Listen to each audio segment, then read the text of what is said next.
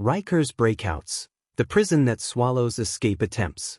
The walls that never forgive. Sound of sirens screaming, metal gates slamming, and guards shouting echo through the halls. It was 2:47 a.m. when the alarm went off inside Rikers Island, a sound every guard fears and every inmate dreams of causing.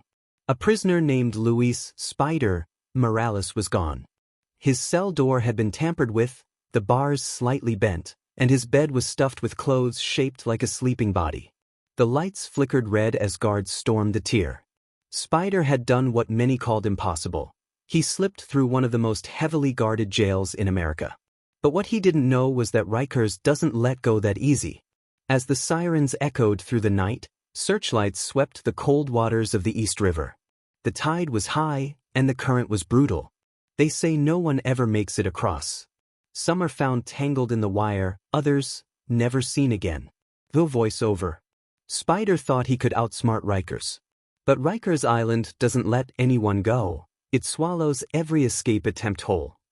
Fade out on the sound of choppers slicing through the sky. Cut to black. The Spider's web. Before he became the most wanted man inside Rikers, Luis Morales was just another inmate with a dream, to breathe free air again. He was a small-time car thief from the Bronx who thought he could handle Rikers. But the island had other plans. Every night, Spider would stare out through the narrow slit of his window, looking at the faint glow of the New York skyline. "Just there," he whispered. "Just one swim away." He started working in the laundry room, not because he liked the heat, but because he knew it connected to the underground maintenance tunnels. He studied every shift, every guard rotation, every second the cameras blinked off. But to survive Rikers, Spider had to earn respect. Tattoos marked his body, symbols of the Latin Kings, a gang that ruled half the block. To them, escape wasn't bravery. It was betrayal. One night, Spider got cornered in the shower. The gang leader, Toro, pressed a shank to his ribs and whispered, "You run, you die. You swim, you drown." Spider didn't answer. But in his mind, the plan had already begun. 2 weeks later, guards found a guard uniform missing, and a maintenance key unaccounted for. The tunnel below. The night was heavy with rain when Spider made his move. Wearing a stolen uniform, he pushed a laundry cart down a dim corridor. The cameras above buzzed from the storm. Each squeak of the wheel echoed through the hallway. Every step was a gamble. He reached the old service door that led to the tunnel, a place forgotten by most guards but whispered about by inmates who'd been there too long. Spider crawled into the darkness. Rats squealed, water dripped from the ceiling, and the air was thick with rust and rot. He moved quietly, guided only by the faint light of a smuggled flashlight. But just as he neared the exit grate, the one leading toward the outer fence, he froze. Voices. 2 guards were standing right above him, talking about the storm. He killed the light. His heart pounded so hard it echoed through the tunnel. Suddenly, the ground above gave way. A chunk of concrete crashed down. The tunnel filled with debris. Spider was trapped halfway between freedom and death. The island fights back. The collapse triggered a silent alarm. In seconds, floodlights turned the prison yard into daylight. Guards with rifles surrounded the area. Spider crawled deeper, coughing from the dust. He found a broken pipe and used it to pry his way through the wreckage. His hands bled, his tattoos smeared with grime. Then he saw it, the final grate. Beyond it, the cold waters of the East River. Freedom was just a few feet away. He forced the bars apart, slipped through, and dropped into the freezing current. The tide pulled him hard, slamming him against rocks. The skyline glittered like a promise in the distance. "VO, no one escapes Rikers," they say. "And if you do, the island will still take something from you." A helicopter spotlight flashed across the water. Spider dove under, his lungs burning, his body trembling from the cold. A gunshot cracked the night. Then another. The water around him turned red. The prison that swallows escape attempts. By morning, the search had ended. The wardens stood at the shoreline, watching divers pull something from the river, a torn piece of orange cloth, tangled in wire. Spider's body was never found. Some say he drowned. Others whisper he made it to the city and vanished into the streets. But every few months, Another inmate tries the same path: the laundry room, the tunnel, the river. And every time, Rikers takes them back. Inside the mess hall, guards still whisper his name. On the walls, someone scratched into the paint: Rikers don't let you go, it keeps you. The escape from Rikers Island? You don't. You just disappear into its belly, like all the others who thought they could beat it.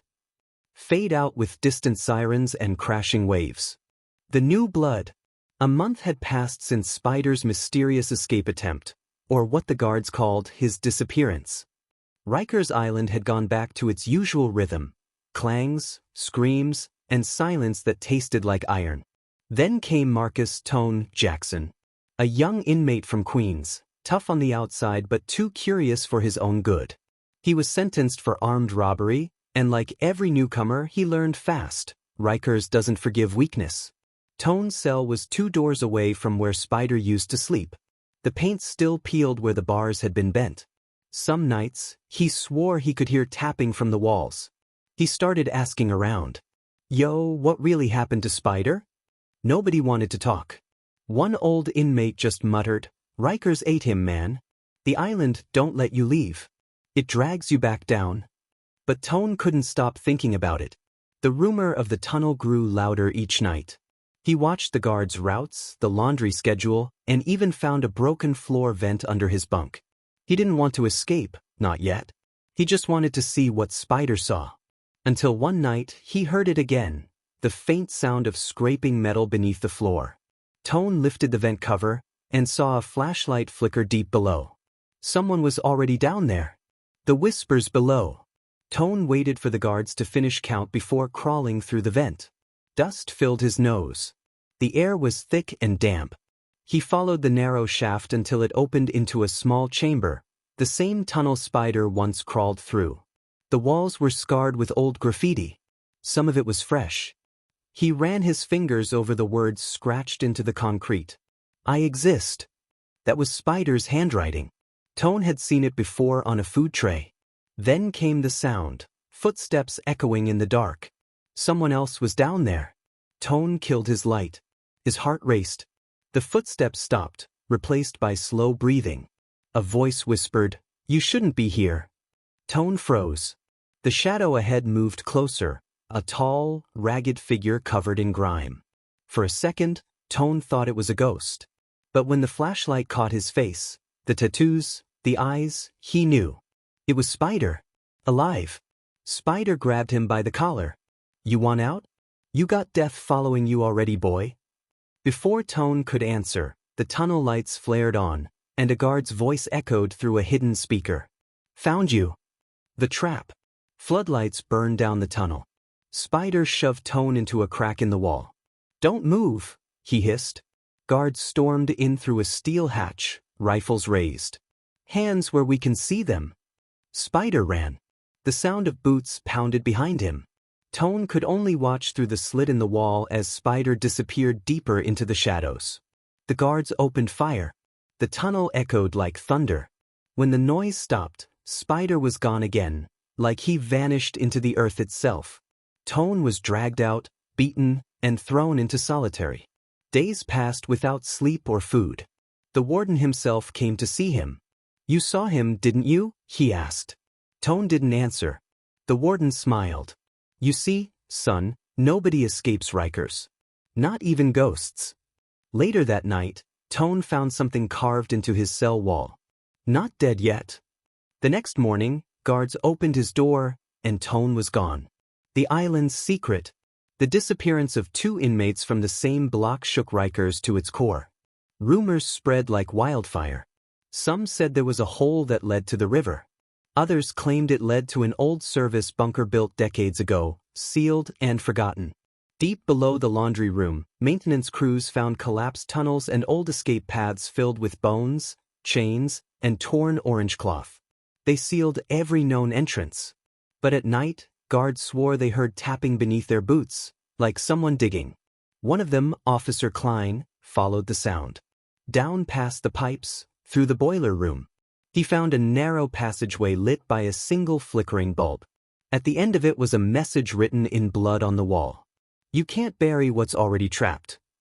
The bulb shattered, and Officer Klein's flashlight caught a face staring back at him through the darkness. A tattooed face. Spider. The prison that breathes. The warden ordered the tunnels welded shut. Concrete poured, gates locked. But strange things kept happening. A week later, a laundry cart rolled out by itself at night. The cameras caught movement in the lower corridors, shapes that looked human but didn't show up on heat sensors. Rikers Island became something else. The staff whispered that it wasn't just a prison anymore. It was alive. A place built on fear, anger, and the souls of men who never escaped. And somewhere deep underground, beneath layers of steel and silence, a flashlight flickered on. Spider's voice, faint and broken, whispered through the pipes. You can close the doors, but I'm still here. Fade out. They say Rikers Island swallows escape attempts. Maybe it's not just a prison. Maybe it's a living thing, feeding on the men who try to leave it behind. The return to the island. 10 years passed. Rikers Island was old, cracking, and ready to be replaced by a new set of jails across New York City. Reporters, activists, and investigators began walking through the half-empty blocks. Among them was Detective Elena Cruz, a calm but relentless investigator who grew up hearing about the Rikers disappearances. Her brother had been locked there in 2015 and never came out. His name was Marcus Tone Jackson. Now she was back, armed with a flashlight, a camera, and a file full of sealed reports. She stepped through the abandoned laundry room, the one that Spider and Tone had used years ago. The smell of rust and wet concrete still lingered. Maintenance tunnels, sealed in 2016, she read from her file. But why was there no record of the collapse? Why no recovery report? Her flashlight beam hit something strange on the floor, a broken key, half buried in dust. Stamped on it, Block C utility access. She looked around. The floor tiles near the corner were cracked, hollow underneath. She knelt, tapped, and heard an echo. Then, a faint sound from below. Elena lifted a tile, and a single human eye stared back up at her through the hole. The things beneath. Elena stumbled back, dropping her flashlight. When she grabbed it again, the hole was empty, just darkness below. Her hands shook as she radioed for backup. But static hissed. No signal. She crawled closer, pushing her light deeper into the hole. A faint tunnel stretched down, lined with old pipes and dripping water. Then she saw them, carvings on the wall. Spider scratched again and again. Below it, another name, Tone. Her breath caught. Her brother had been there. She descended slowly through the crack, the tunnel closing in around her. It smelled like mold and something else, something alive. Footsteps echoed behind her. Elena, a voice whispered. Her flashlight flickered. She turned, and for a brief second she saw him. Her brother. Pale, eyes sunken, tattoos faded. Tone, she whispered. He smiled weakly. You shouldn't have come here. Before she could move, a loud metallic groan filled the air. The tunnel began to collapse. The prison's heart. Elena and Tone ran through the collapsing tunnel. The ground shook as concrete chunks rained down. They stumbled into a massive underground chamber, something no one had documented. A forgotten foundation beneath Rikers Island. Rusty beds, broken cuffs, and piles of orange uniforms covered the floor. Old floodlights flickered overhead. In the center of the chamber stood a door made of thick iron. On it were words burned into the metal. No escape. Tone touched the door. Spider said this was the last one, he murmured. He said freedom was behind it. Elena stepped closer. Then what stopped him? Tone didn't answer. He pushed the door open. Behind it was a drop, a black shaft leading straight into the river. And at the edge, she saw something glint, a badge. The name tag read Officer Klein. Elena gasped. He never left. Tone turned to her, but his face had changed. Shadows twisted across his skin. His eyes darkened. From the dark shaft below, a voice rose, cold and familiar. You can close the doors, but I'm still here. The living prison. Elena stumbled back as the walls began to move, breathing, shifting like they were alive. Every crevice pulsed with faint light. She could hear whispers through the concrete, hundreds of voices calling out, begging, laughing, crying. Tone clutched his head. It won't let us go. Nobody leaves. The ceiling cracked open, revealing rusted beams and dripping water. Something, or someone, moved inside the walls. Elena screamed as hands made of concrete reached toward her, pulling at her clothes. Tone grabbed her arm and dragged her toward the tunnel. Behind them, the iron door slammed shut with a thunderous echo. When they finally climbed out of the hole and into the open laundry room, sunlight was spilling through the broken windows. But when Elena turned to look back, the hole was gone. Like it never existed. She gasped for air. Tone was gone too. On the wall behind her, fresh writing appeared in dripping water. Rikers keeps what's its own. The prison that never dies. Weeks later, the Rikers Closure Committee visited the site. They found Elena's camera on the floor, its last recording showing her trembling hands and a single phrase whispered over and over. It's alive down there. The footage was sealed by the city and never released to the public. Rikers Island was shut down, but the foundation remained. Every attempt to demolish it failed. Machinery broke, lights flickered, workers heard screaming through the rubble. New York eventually gave up. They left the site alone. Today, the wind howls across the empty island, carrying faint echoes of men who tried to escape. And on stormy nights, fishermen swear they see lights under the water, moving, pulsing, like something breathing beneath the waves. They say Rikers Island swallows escape attempts. Maybe it does. Because what if the island isn't just a prison? What if it's punishment itself? The investigation that never was. 2 years after the official closure of Rikers Island, the story should have ended, but it didn't. Whispers started to circulate inside the NYPD, at the mayor's office, even within federal agencies. Men in suits came asking quiet questions. What really happened to the investigation team? Detective Elena Cruz's disappearance had been labeled a collapse accident. No body. No recovery. But her last footage, the one sealed by the city, leaked briefly before it vanished again. A single frame showed her turning the camera toward a wall, whispering, "It's breathing." That clip hit underground forums and conspiracy sites like wildfire. People claimed the government knew Rikers wasn't just a prison. It was a test site, a place where fear itself had been contained. Inside a federal storage room in Brooklyn, Agent Robert Hayes reviewed the old case files. Photos of tunnels, rusted doors, faint scratches that spelled spider. He turned to his partner. "Why bury all this?" The agent sighed. "Because, Hayes, some places aren't meant to be dug up again." But Hayes wasn't the kind to stop. He signed a restricted entry permit and set out for the island himself. As his boat neared the island, all his radio equipment died. Static filled the air. Then, faintly through the noise, came a whisper. "Welcome back." The forgotten files. Agent Hayes stepped onto Rikers Island, now a skeleton of steel and silence. The once bustling corridors were filled with dust and birds nesting in the rafters. He entered the control center, old monitors flickering with static. When he powered one up, it played archived footage from the prison cameras. For a moment, everything looked normal, guards walking, inmates eating. Then, frame by frame, the footage began to distort. One by one, faces vanished from the screen. Whole blocks went empty, as if the prisoners had been erased, not escaped. He found a dusty file labeled Project Reformation.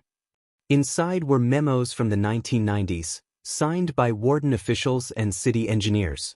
It described a series of underground experiments, noise isolation chambers, sensory deprivation blocks, and deep confinement units beneath the laundry tunnels.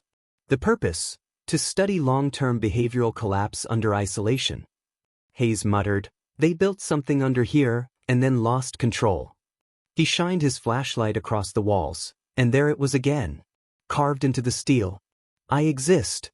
The lights suddenly flared on, powered by no source. On every monitor, the same phrase appeared, repeating over and over. "Stay inside." The experiment. Hayes descended into the old maintenance shaft, following the path mapped in the documents. The air grew thicker, the walls sweating with moisture. At the bottom, he found what looked like a laboratory: metal tables, rusted restraints, shattered glass, and audio recorders covered in dust.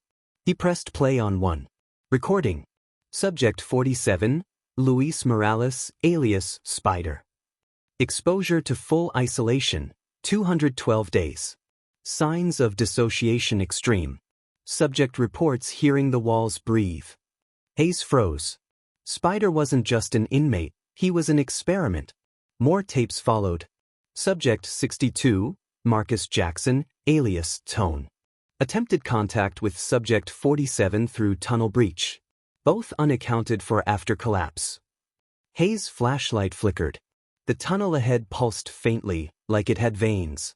He reached out and felt a heartbeat beneath the wall. He stumbled back, terrified. Suddenly, a face pressed out from the concrete, screaming silently, Spider's face, before melting back into the wall. The cover-up. Hayes ran for the surface. His radio buzzed with voices, distorted, overlapping. Some were crying, some laughing, some whispering his name. At the dock, 2 black SUVs waited. Men in dark suits stepped out. One of them, a federal official, looked calm. "Agent Hayes, we warned you not to come back." Hayes, shaking, held up the file. "You made prisoners disappear. You built a monster down there." The man smiled faintly. "No, we didn't build it. We woke it." Behind them, the ground rumbled. Concrete cracked. The air filled with dust and a deep, groaning sound from beneath the earth. The official grabbed the file from Hayes' hand and tossed it into the water. "Forget this island.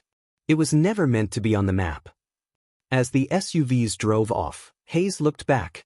The island's buildings were trembling. He saw faces in the windows. Hundreds of them. Watching. Waiting. Extreme event, end of chapter. One of the watchtowers collapsed into the river, and from the debris, a human hand reached out, still tattooed.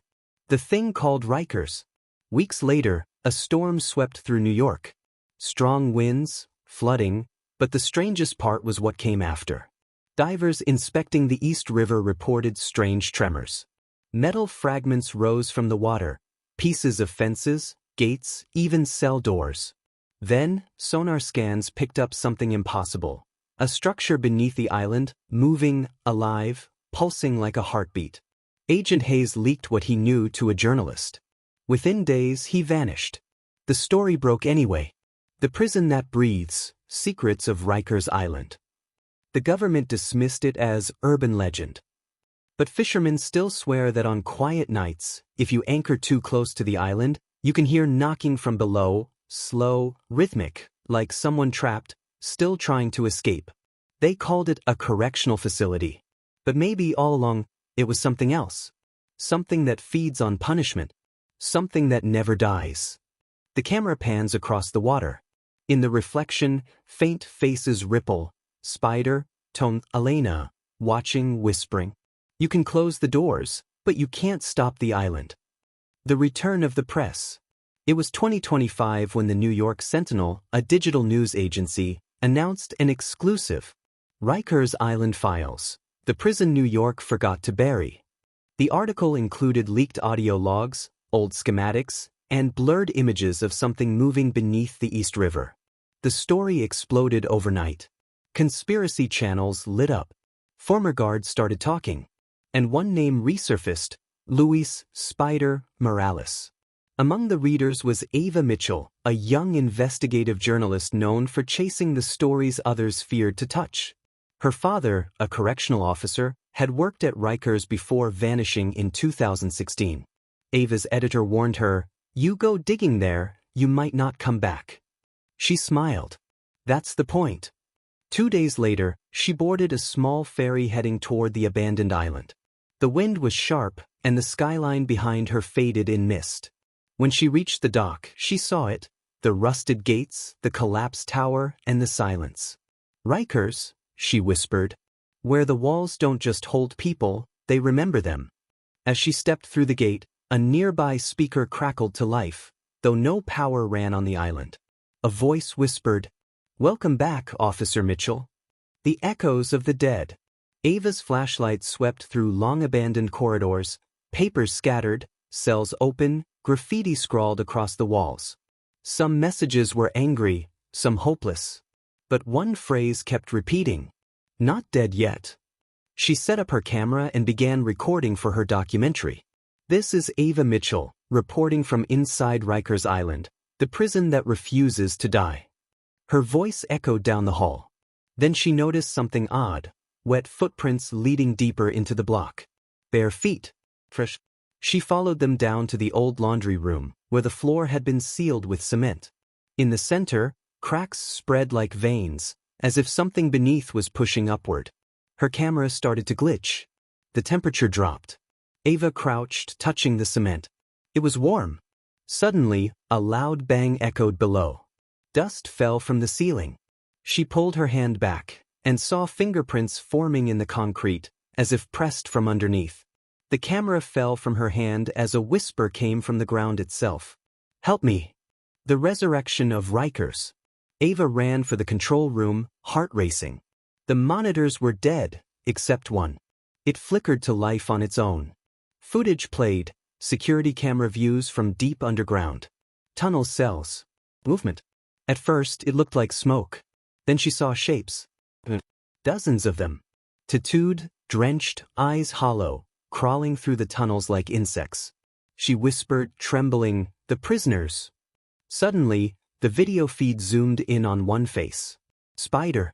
He stared directly at the camera, like he could see her. His lips moved. The words came through the speakers in a broken, static voice. "We're still here." Then the feed cut to black. Ava backed away slowly. The walls creaked. The floor under her began to swell. Something alive was moving beneath. A massive crack split the floor open, releasing a burst of air that smelled like rust and rot, and a single hand reached out, gripping her ankle. The island wakes. Ava screamed and kicked free, stumbling toward the exit. The air grew heavy, vibrating with deep, thunderous pulses. Outside, the ground trembled. Sections of the prison yard caved in, swallowing fences and guard towers. The East River surged violently against the shore. She grabbed her camera and filmed as the center of the island began to breathe, rising and falling like a living lung. "Jesus," she whispered. "It's alive." Her radio crackled to life, an old, ghostly voice breaking through static. It was Detective Elena Cruz. "Don't let it out." Ava froze. "Who is this? Where are you?" The reply came softly. "Still inside." She looked toward the collapsing cell blocks, and saw faces forming in the concrete, hundreds of them, screaming silently. The island wasn't just haunted, it was feeding. Every man who ever died there was part of it now. The ground burst open. A massive column of dust and light erupted, revealing the old tunnel mouth, glowing from within. The last transmission. Ava's last footage begins with heavy breathing. Her voice shakes. "This is Ava Mitchell. I found the tunnels. It's real. Everything they said, it's all true." She descends into the glowing pit. The light pulses like a heartbeat, illuminating bones, chains, and faces fused into the walls. At the center lies a rusted iron door, the same one that read "No escape." Now it's open. Ava steps closer. Behind it, a void breathes, deep and slow. The air hums like thousands of voices whispering as one. Then, in the camera's frame, a figure emerges, tall, tattooed, soaked. Spider. He steps forward, eyes hollow but aware. "You came back," he says softly. "But it needs more." The ground shakes. The camera drops. The last thing it captures is the tunnel collapsing and a scream that cuts through the static. The recording ends with a single frame. The Rikers Island logo, melting, twisting, until only one phrase remains. "You can't escape." They called it a correctional facility. But the truth is darker. Rikers didn't just hold criminals. It kept their souls. And now it's awake. Fade out with the sound of faint knocking, underwater, steady, endless. Tip, tip, tip. Operation Containment. 1 week after journalist Ava Mitchell's final broadcast, The U.S. Department of Corrections issued a short press statement. No further comments regarding the structural incident at Rikers Island. But behind that silence, a full-scale classified mission had begun. Black helicopters circled the East River at dawn. Barges loaded with concrete and sonar equipment anchored around the island. The operation was codenamed Containment 47, a reference to Luis "Spider" Morales, inmate number 47. Inside a floating command tent, Major Alan Briggs, a retired military engineer, reviewed seismic data. The readings showed rhythmic tremors, steady, almost like a pulse, coming from 300 feet below sea level. Briggs frowned. "You're telling me the island has a heartbeat?" The technician hesitated. "Sir, the frequency matches human breathing." No one laughed. By noon, drones descended into the collapsed tunnels with thermal cameras. They captured movement, slow, deliberate, as if something huge was shifting in the dark. Back at HQ, Briggs gave a single order. "Seal everything. No one goes in. No one comes out." The last drone feed cut abruptly. Its microphone recorded 3 knocks against metal, followed by a faint whisper. "Still here." The Echo network. Government cyber teams combed through old Rikers servers, trying to retrieve years of lost camera feeds. The data was corrupted, but a strange pattern emerged. Every file, whether from 1995 or 2024, contained the same digital noise signature. The pattern wasn't random, it formed words. "I exist." Analysts called it the Echo network, an unexplained loop appearing in every recovered system. Meanwhile, journalists noticed that some of Ava Mitchell's uploaded videos were reappearing online after being deleted. Re-uploaded automatically, from ghost accounts traced to old Rikers IP addresses. At a Pentagon briefing, a young data officer played the audio on loop. "Listen to the frequency underneath," he said. "It's Morse code." The translation read, "Containment failed." Briggs clenched his jaw. "How many people know about this?" The officer looked up nervously. "Just us, for now." At that exact moment, monitors flickered. Every screen displayed a live view of the East River. The ripples were moving against the wind. Project Rebirth. 3 days later, the federal task force met inside a secure bunker in Manhattan. The mission briefing had one goal: bury the island for good. The project was officially named Rebirth, a plan to flood Rikers permanently, turning it into an artificial reef. But Dr. Elena Cruz's name appeared on the research team list. The same detective presumed missing a decade earlier. Briggs stared at her ID photo. "This has to be a mistake." The director replied quietly. "She's leading the operation." When the task force reached the site, Dr. Cruz was waiting, older, pale, eyes distant. She said only one thing: "We can't destroy it. It remembers." That night, she showed Briggs classified blueprints, a network of reinforced tunnels shaped like a spiral. "The island isn't natural," she said. "It was built to contain something. We just forgot what." Sirens blared outside.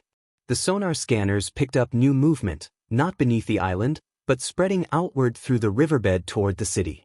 The voice beneath the waves. Emergency meetings took over lower Manhattan. The tremors were growing stronger. Bridges vibrated.